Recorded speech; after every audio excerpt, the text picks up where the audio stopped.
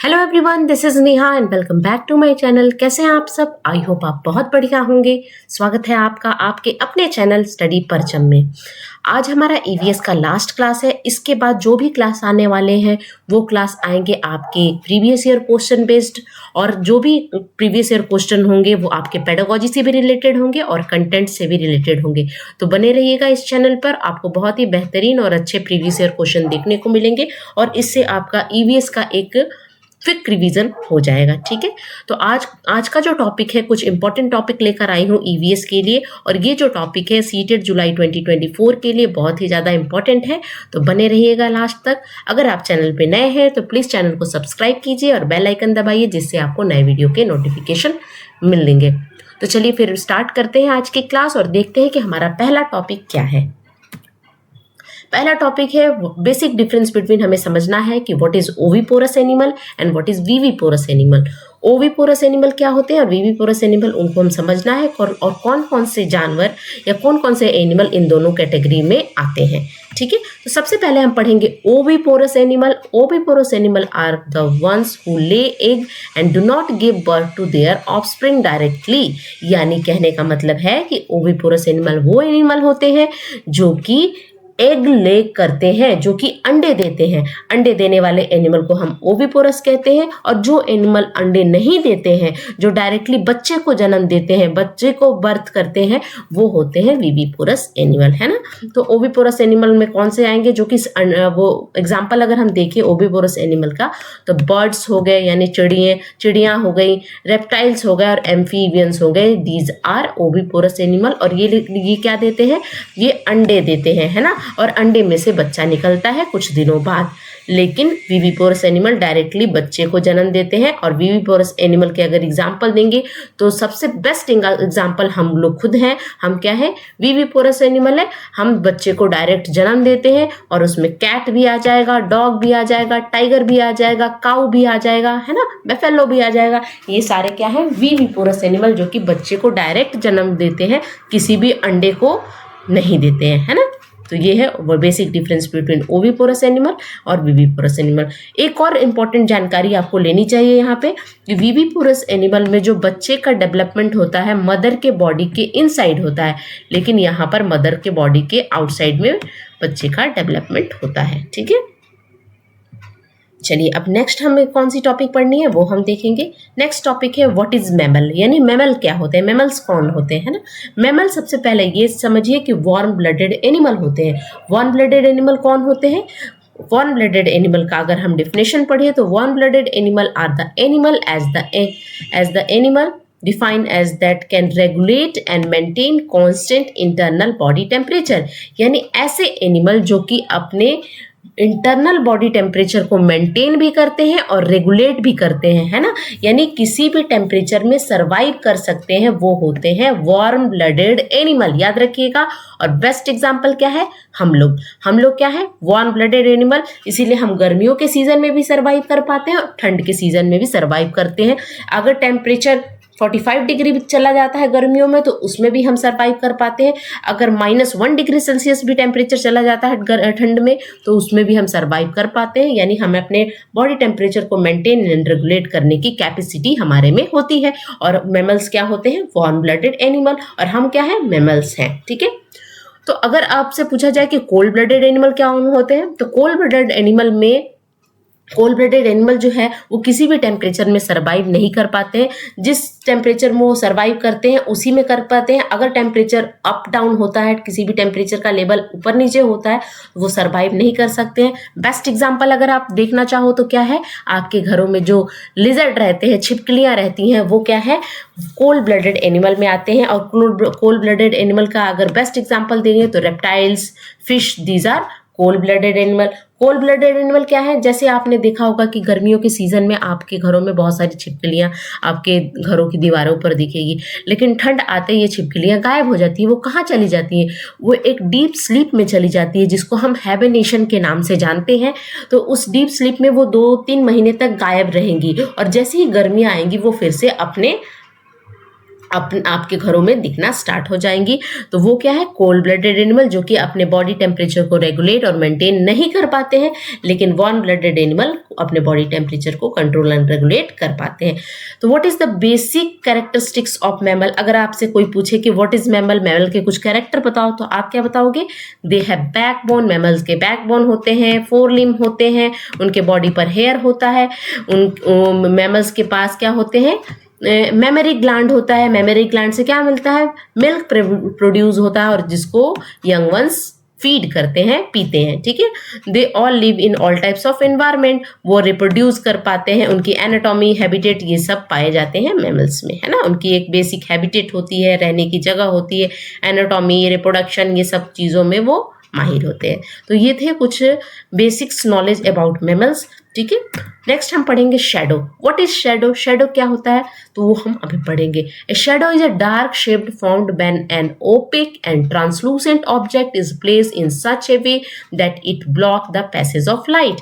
यानी शैडो क्या होते हैं? एक शैडो सबसे पहले एक डार्क शेप होता है, आप यहाँ पर पिक्चर में देख सकते हो, ये क्या है, शैडो है। तो डार्क शेप का होता है ना। और ये कब बनता है? देखिए 3 तरह के ऑब्जेक्ट मैंने पिछले क्लास में बताया था, ट्रांसपेरेंट, ठीक है ना, transparent, translucent and opaque object. ये क्या होता है?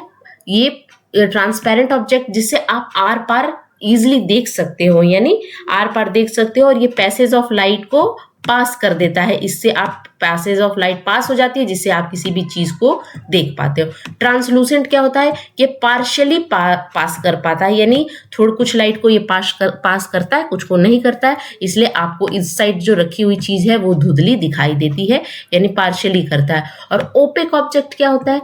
जो कि किसी भी पैसेज ऑफ लाइट में, यानी लाइट आ रही है उसके रास्ते में ब्लॉकेज, यानी ब्लॉक कर देता है, उसके रास्ते को ब्लॉक कर देता है, जिससे आप यहाँ कोई चीज रखी है उसको आप नहीं देख पाओगे। तो वो होता है ओपेक ऑब्जेक्ट। और बेस्ट एग्जांपल अगर दे ओपेक ऑब्जेक्ट का, तो क्या होगा? लकड़ी हो गया, है ना, कोई भी सामान हो गया, तो वो क्या होता है? ओपेक ऑब्जेक्ट होता है, जो कि लाइट के रास्ते को ब्लॉक कर देता है और लाइट उससे पार नहीं हो पाती है, जिससे आप उस तरफ क्या है उसको आप नहीं देख सकते हो। तो इसीलिए आप बोला जाता है कि ओपेक ऑब्जेक्ट और ट्रांसलूसेंट ऑब्जेक्ट से ही शैडो फॉर्म्ड होता है, ट्रांसपेरेंट ऑब्जेक्ट से या शैडो, ट्रांसपेरेंट ऑब्जेक्ट का शैडो नहीं बनता है, याद रखिएगा, ठीक है ना। अब देखिए कैरेक्टरिस्टिक्स ऑफ शैडो का अगर बात करें तो form when the light fall on opaque and translucent object. Shadow का फॉर्मेशन कब होगा? जब लाइट ओपेक ऑब्जेक्ट पर और ट्रांसलूसेंट ऑब्जेक्ट पर पड़ेगी। और कभी भी जहां से सोर्स ऑफ लाइट है ना, उसके ऑपोजिट साइड में क्या होता है? शैडो का फॉर्मेशन होता है, यानी उल्टे साइड में।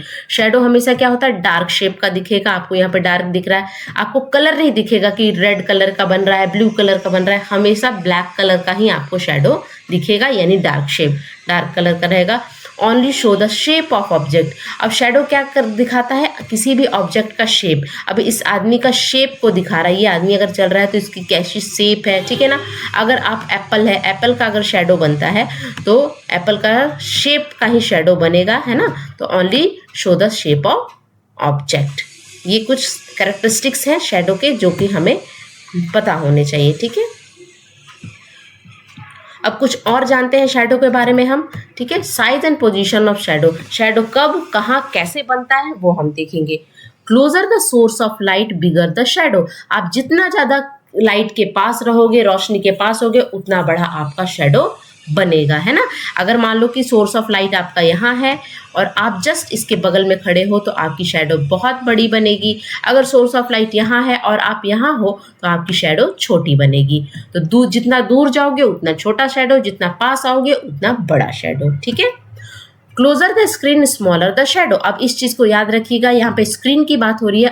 अगर आप स्क्रीन के पास रहोगे तो आपकी शैडो कैसी बनेगी? स्मॉल बनेगी, ठीक है। In India, we have such observation in place like Delhi and Jantar Mantar. They are called Delhi and Jaipur, they are called Jantar Mantar. अब यहाँ पे जंतर मंतर के बारे में बताया गया है। आपको दिल्ली, जयपुर, उज्जैन इन सब जगहों पे मिलेगा, जहाँ पे हम क्या पता करते हैं?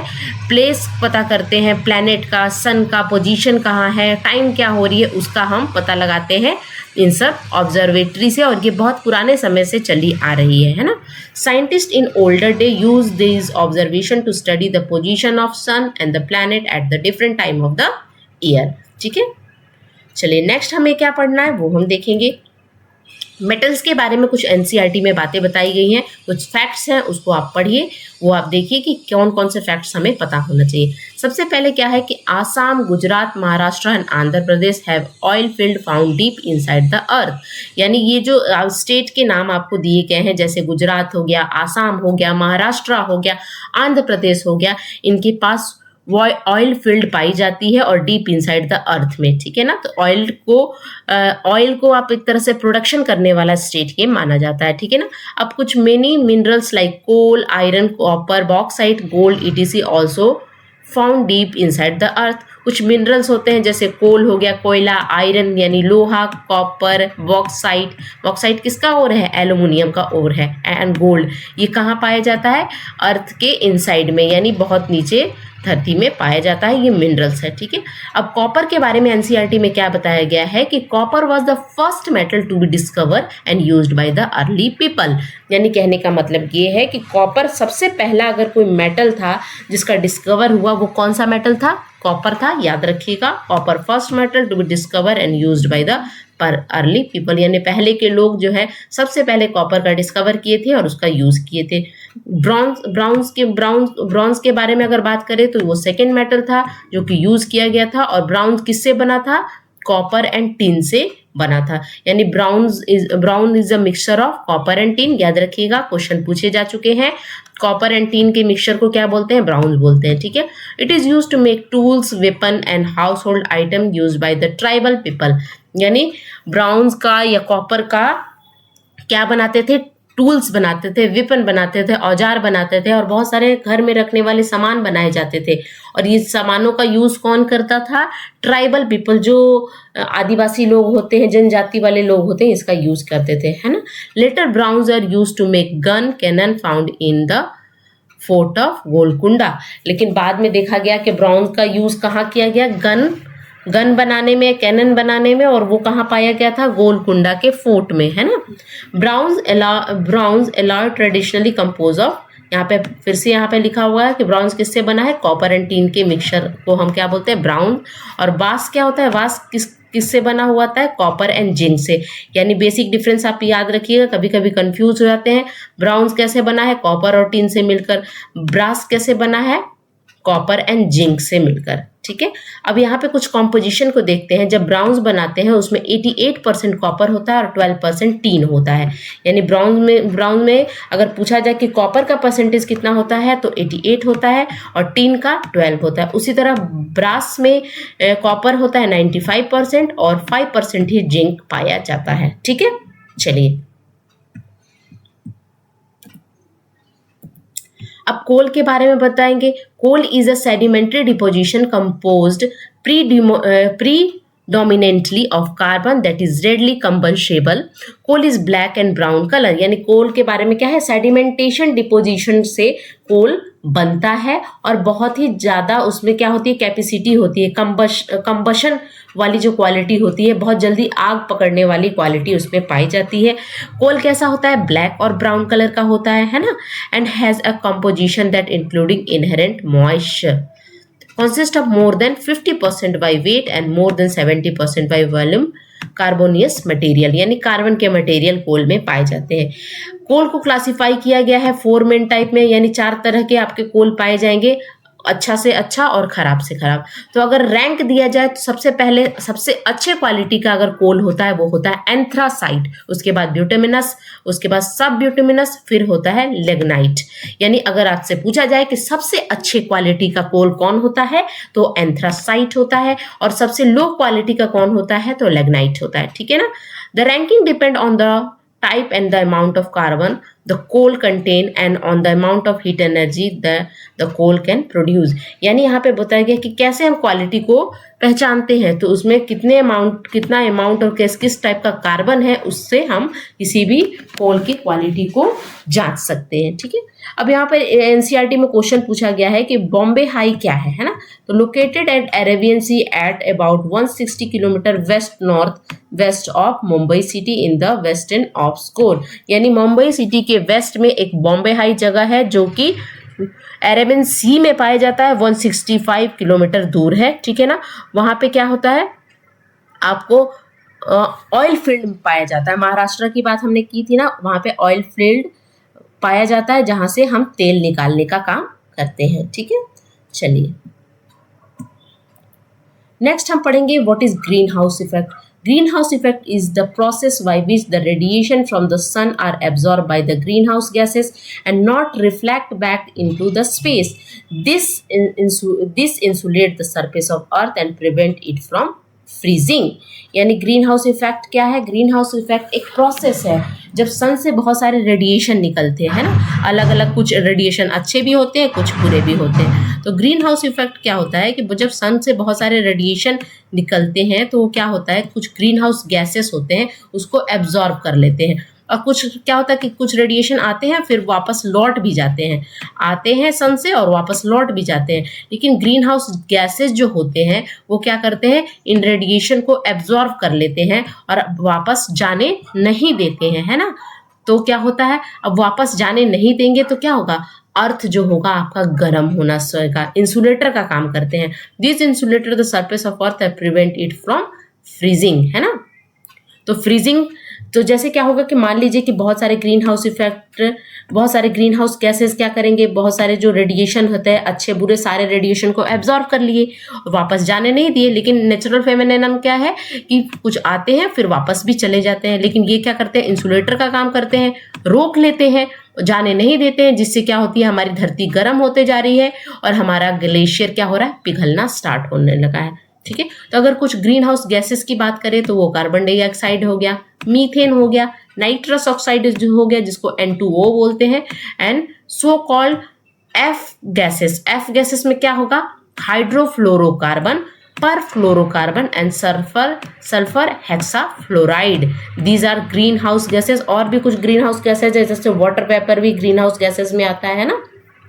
तो याद रखिएगा कि कौन कौन से ग्रीन हाउस गैसेस है, carbon dioxide, methane, nitrous oxide, F gases जैसे hydrofluorocarbon, perfluorocarbon and sulphur hexafluoride. These are green house gases, ठीक है। चलिए नेक्स्ट देखेंगे हम।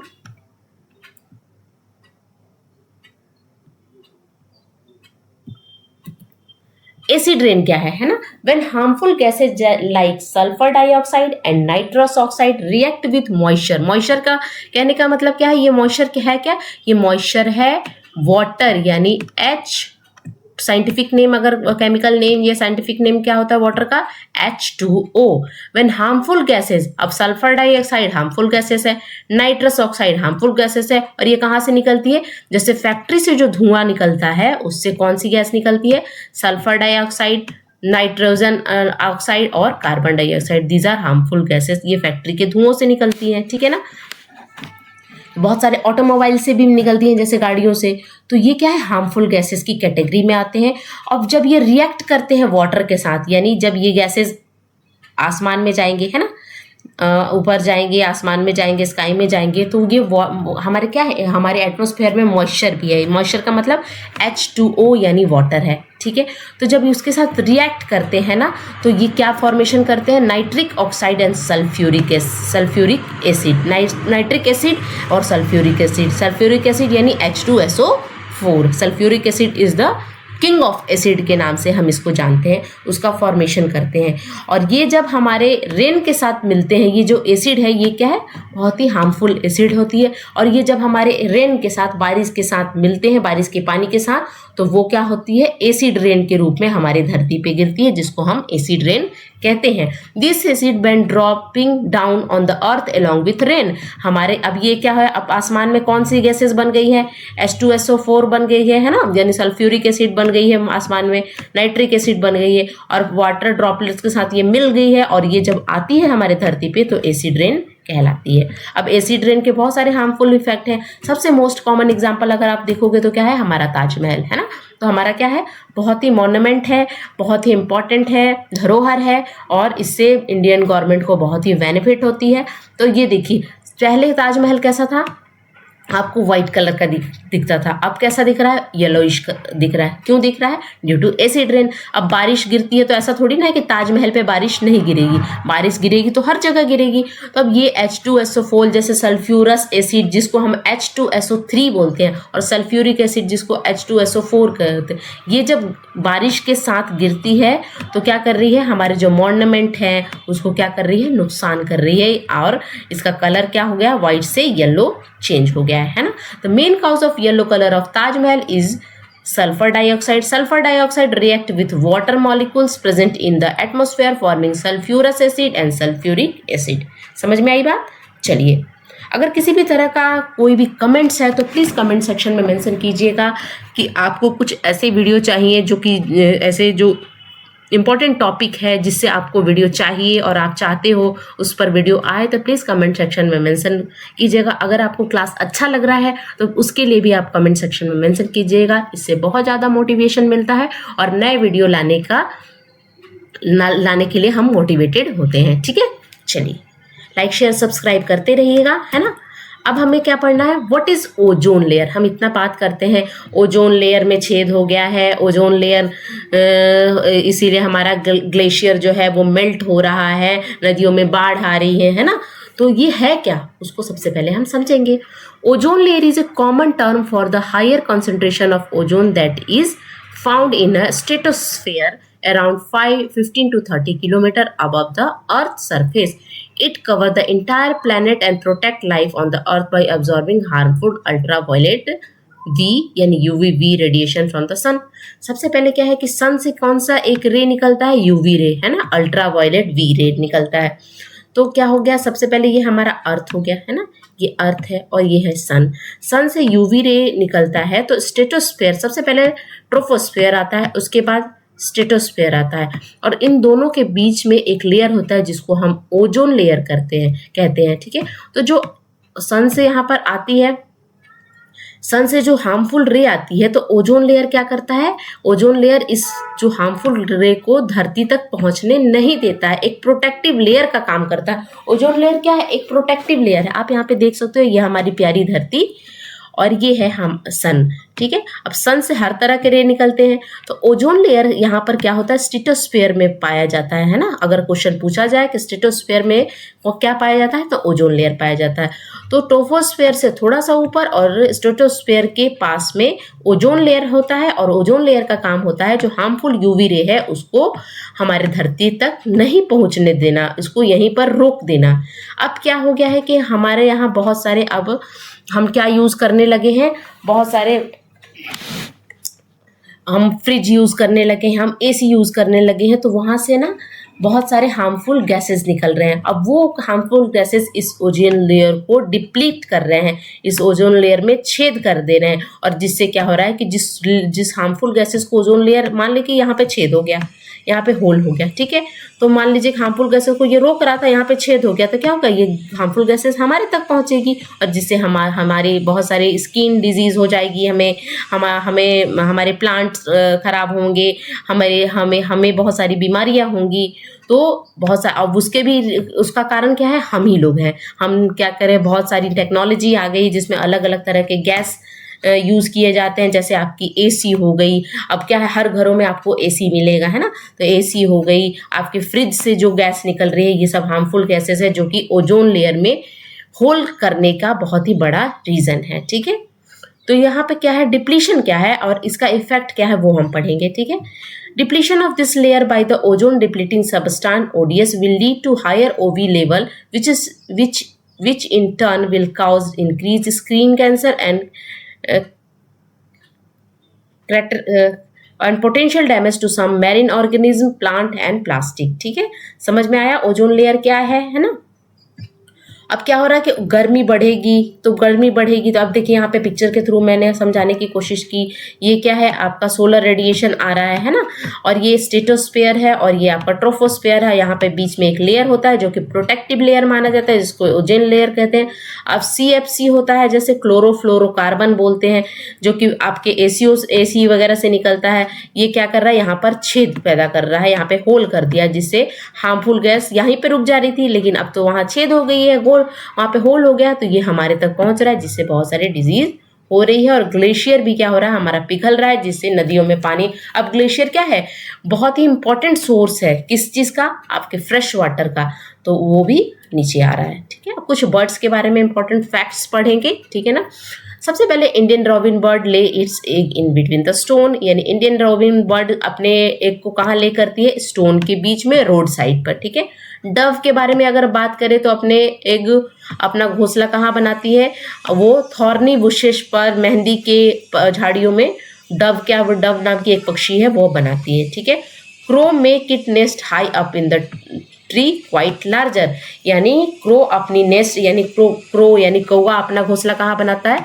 जो ट्री का सबसे ऊपर वाला पार्ट होता है वहां पर बनाता है, और थोड़ा सा बड़ा उसका घोंसला होता है। अब कोयल के बारे में बताएं तो कोयल क्या होती है, अपना नेस्ट नहीं बनाती है, अपना घोंसला नहीं बनाती है, और ये कौवे के एग में, कौवे के घोंसले में अपना एग ले करती है, और कौवा अपना एग समझ के उसका पालन पोषण करता है। Spider, rat, cockroach, lizard are found in our house, ये हमारे घर में पाए जाते हैं। स्पाइडर यानी मकड़ी, रैट चूहा, कॉकरोच जानते हैं, और लिजर्ड हमारे घरों में पाए जाते हैं।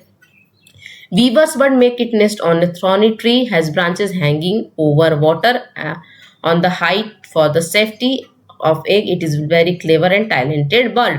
अगर पूछा जाए कि सबसे क्लेवर और टैलेंटेड बर्ड कौन है तो वीवर्स बर्ड है। वो क्या करती है, कांटेदार वृक्ष पर अपने घोंसले को बनाती है, जो कि वृक्ष कहाँ लटके होते हैं, पानी के ऊपर लटके होते हैं, ताकि कोई भी वो अपने एग की क्या कर सके, सेफ्टी दे सके अपने एग को, और किसी भी डेंजर से बचा सके। ठीक है ना, अब बर्ड के बारे में क्या दिया है कि bird move it neck back and fourth, यानी बर्ड अपने नेक को क्या कर सकती है, कौन सी बर्ड है जो अपने नेक को बैक एंड फोर्थ में क्या कर सकती है, मूव यानी आगे पीछे कर सकती है जर्क की हेल्प से, तो वो कौन है, मैना, याद रखिएगा। आउल यानी उल्लू also rotate its neck at 360 but not use jerk, यानी जर्क की बात करेगी तो मैना और उल्लू भी बहुत हद तक अपने नेक को, अपने गले को घुमा सकता है। ठीक है, अब तिब्बतियन को हम क्या बोलते हैं, भूती। तिब्बतियन जो लोग होते हैं जो कि लेह एंड लद्दाख में रहते हैं, वो तिब्बत वाला रीजन होता है, इसलिए उनको हम तिब्बतियन बोलते हैं, और उनको हम भूती भी बोलते हैं। भूती is the language spoken in Ladakh, और भूती क्या है, एक लैंग्वेज भी है जो कि लेह एंड लद्दाख में बोला जाता है। और लेह एंड लद्दाख को हम किस नाम से जानते हैं, कोल्ड डेजर्ट के नाम से जानते हैं, पिछले क्लास में हमने पढ़ा है। इन भूती लैंग्वेज में मदर को हम क्या बोलते हैं, आमाले, और फादर को बोलते हैं आवाले, है ना।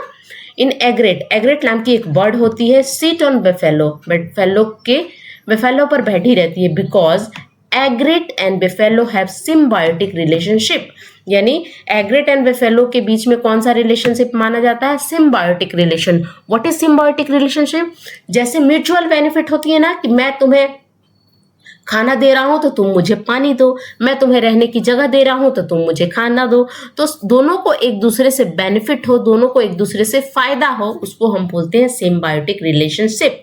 और सिम्बायोटिक रिलेशनशिप में हमने पढ़ा है ना, लाइकेन का पढ़ा है, एल्गी एंड फंगी का क्या होता है, एल्गी एंड फंगी को मिला के क्या बनता है, लाइकेन बनता है। ठीक है ना, तो एग्रेट क्या करती है, अब एग्रेट का कहाँ बैठती है, बेफेलो के ऊपर बैठती है, और बेफेलो के ऊपर बैठ के जो भी छोटे मोटे इंसेक्ट्स, कीड़े होते हैं बेफेलो के बॉडी से वो खा लेती है ना। The bird move their neck very often because their eye are fixed. अब बर्ड के बारे में क्या है कि अपने नेक को थोड़ा बहुत क्या करती है, घुमाती है, क्योंकि उनकी आई जो होती है वो फिक्स होती है। एनिमल जो रात में जगते हैं वो किसी भी चीज को ब्लैक एंड व्हाइट में देखते हैं, जो एनिमल रात में जगा करते हैं, जैसे आउल रात में जगने वाली बर्ड है, तो वो किसी भी चीज को ब्लैक एंड व्हाइट में ही देख पाते हैं, वो बहुत सारे कलर नहीं देख पाते। Sound become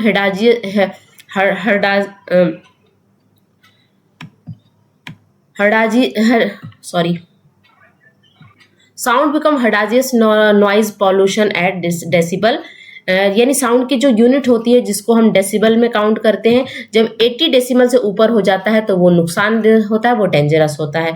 world forest day कब सेलिब्रेट करते हैं, 21 मार्च को, है ना। Due to moon and earth gravitational attraction cause tide in ocean, जब मून और अर्थ के बीच में जब ग्रेविटेशनल अट्रैक्शन होता है तो हमारे ओशियन में क्या आता है, टाइड आता है। ठीक है ना।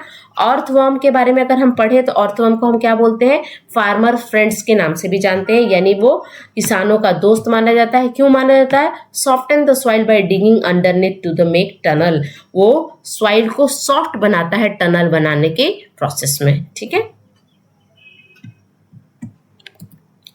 रैट है poor eyesight but have excellent sense of smell, touch and taste, यानी अगर रैट की बात करें तो आई साइट उसकी बहुत पुअर होती है, लेकिन जो उसका सेंस ऑफ स्मेल है, टच है और टेस्ट है, बहुत ही अच्छा माना जाता है। The dance the hand and face are use to convey feeling, अब जब डांस करते हो तो आप हैंड और फेस के मूवमेंट को दिखाते हो, उससे आप क्या करते हो, अपनी फीलिंग को कन्वे करते हो, अपनी फीलिंग को बताते हो। And these are called mudras and bhav, है ना। तो मुद्राज आप कैसे दोगे, हाथ और पैरों के हेल्प से आप मुद्राज देते हो, और भाव कैसे देते हो, अपने फेशियल एक्सप्रेशन से आप क्या देते हो, भाव देते हो। अब हांगकांग की बात की गई है, हांगकांग के पीपल जो है वो स्नेक को खाते हैं, और उस स्नेक के डिश का नाम क्या है, लिंग हू फेन।